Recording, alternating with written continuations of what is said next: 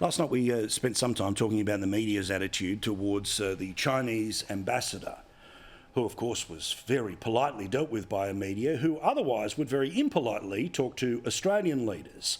Now, I like the Australian media system where anyone from any organisation is able to yell a question as loud as they want towards the Prime Minister. Whether they get it answered or not, well, that's where we start to have our disputes. But we know that there was one way of dealing with things when it came to the Australian politicians, and then a very polite version, which was more so based off access when it came to the Chinese media. But I want to take your mind back to last year and HMAS Toowoomba. HMAS Toowoomba ended up getting some netting caught up in its propellers, which meant it was going to eventually end up being stranded and it couldn't be moved. Australian Navy divers were then sent down to cut it. And while they were in international waters, somebody decided to pulse them, and it ended up that the sonic pulse that was sent throughout the water ended up causing physical injury to some of those divers. Now, all of this was put down to being the actions of a Chinese ship because, remember, China has got plenty of form in trying to cause some trouble for the Australian Defence Force. Remember when our Air Force was, of course, thrown a whole bunch of metal and hunks of garbage from a Chinese jet, which may well have been able to get into the engine and down it.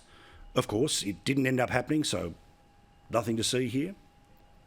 Because none of the Australian divers died or ended up going to hospital for months on end, there's apparently nothing to see here? Well, of course not. There's plenty to see here. Is it the start of World War III? No. But what do you do if you will not defend the people who defend your country? Well, we see a perfect example of that, of course, with Anthony Albanese at the time knew that this had actually taken place. But the public wasn't told. He had an opportunity to talk to the leader of China at the APEC forum, which was in San Francisco. But instead, no, it was never raised. Instead, the opportunity was there to send a message to the 1.2 million Chinese voters here in Australia who flipped from the Liberals over the past few elections to Labor at the last election, to send a message that we're in good with the Chinese.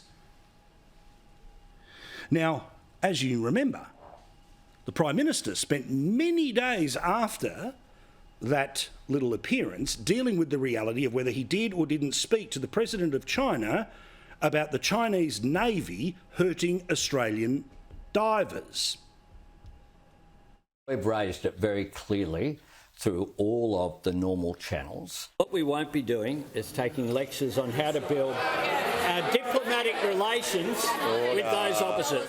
And yesterday, indeed, this official also met with the Foreign Minister, Penny Wong. It's a formal meeting, and it was raised again. So, of course, that was the admission that, yeah, we kind of sent a fax to a number that we hoped wasn't connected, but we definitely sent a message to the Chinese. Nobody mentioned it when the leaders were face-to-face, and nobody seemed to have picked up the phone with any urgency. Instead, it was after he got back from that APEC meeting that we were told that this incident had taken place. Well, all of this came back because the Chinese ambassador yesterday had this to say about why definitely China didn't do it. They didn't initiate the so-called sonar against the divers from Australian side. What they said is, should they have initiated the sonar from the Chinese ship against the divers, it would cause immediate fatality. There was a third country boat nearby. Whether or not there was sonar from the other side, other party, we're not sure. Which country was that? Japan. So if we did it, we would have killed you. Because nobody got killed, it was obviously Japan. Really? Australia absolutely knew that it was China, which is why they got in touch with China and why they said, among other things, it was unprofessional for their Navy to do it. So after China outright lied on Australian soil to Australian reporters, what do you reckon the Prime Minister's response was? Let us leave anyone? Well, I stand by the comments that we made. I'm not swayed by the comments. The Navy made reports. I think it's very clear what occurred.